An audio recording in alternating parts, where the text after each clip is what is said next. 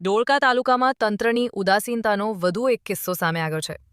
Dholka Kalikund Saroda road પર આવેલા શ્રી નાથ એપાર્ટમેન્ટની આગળ છેલ્લા 1 વર્ષથી ગટરનું પાણી રસ્તા પર ફરી વળતું જોવા મળી રહ્યું છે, જેના કારણે સ્થાનિક રહીશો ભારે પરેશાનીનો સામનો કરી રહ્યા છે.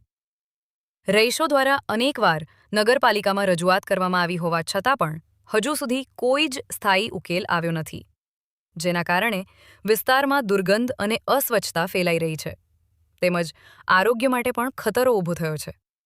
સ્થાનિક લોકોનો સવાલ છે કે આ માટે તંત્ર ક્યારે જાગશે? હવે જોવાનું રહ્યું કે નગરપાલિકા આ ગંભીર સમસ્યાને લઈ ક્યારે પગલાં ભરે છે અને રહીશોને આ સમસ્યાથી ક્યારે રાહત મળે છે. રિપોર્ટર રોહિત બેલદાર, ગુજરાત શક્તિ ન્યૂઝ. રાજભા ચુડાસમા સાનિધ્ય શ્રીનાથ એપાર્ટમેન્ટમાં રહું છું અને છેલ્લા એકાદ વર્ષથી ગટરનો એક મોટો પ્રોબ્લેમ છે. કોઈ પણ પ્રકારનું નિરાકરણ નથી આવતું. નગરપાલિકામાં સમયાંતરે અમે જાણ કરી છે અને એ લોકોએ પ્રેશર ગાડી મોકલી, પ્રેશર મારી, સાફ કરી અમને પાછા એક હથેળીમાં ચાંદ બતાવી દીધો કે 4-5 દિવસમાં અમે આપનું આ કામ સર્વે પૂરું કરીશું અને નિકાલ કરીશું. આજ દિન સુધી 1 વર્ષ થયું છતાં પણ એનો કોઈ નિકાલ નથી થયો. જ્યારે અહીંયા ખૂબ જ મોટા પ્રમાણમાં ગંદકી થઈ છે, આપ જોઈ શકો છો.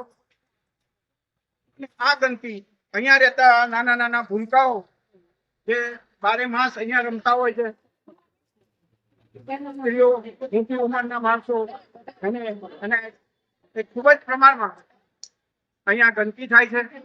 મારી એક નમ્ર વિનંતી છે કે આ પ્રોબ્લેમ જલ્દીથી જલ્દી સોલ્વ કરે અને જો આ પ્રોબ્લેમને સોલ્વ કરવામાં નહીં આવે છે એમ બને તેમ જલ્દીથી, તો આગામી ચૂંટણી નગરપાલિકાની જે હવે આગામી ચૂંટણી આવી રહી છે તેમાં અમારા પ્રત્યાઘાતો આપને જોવા મળી જશે.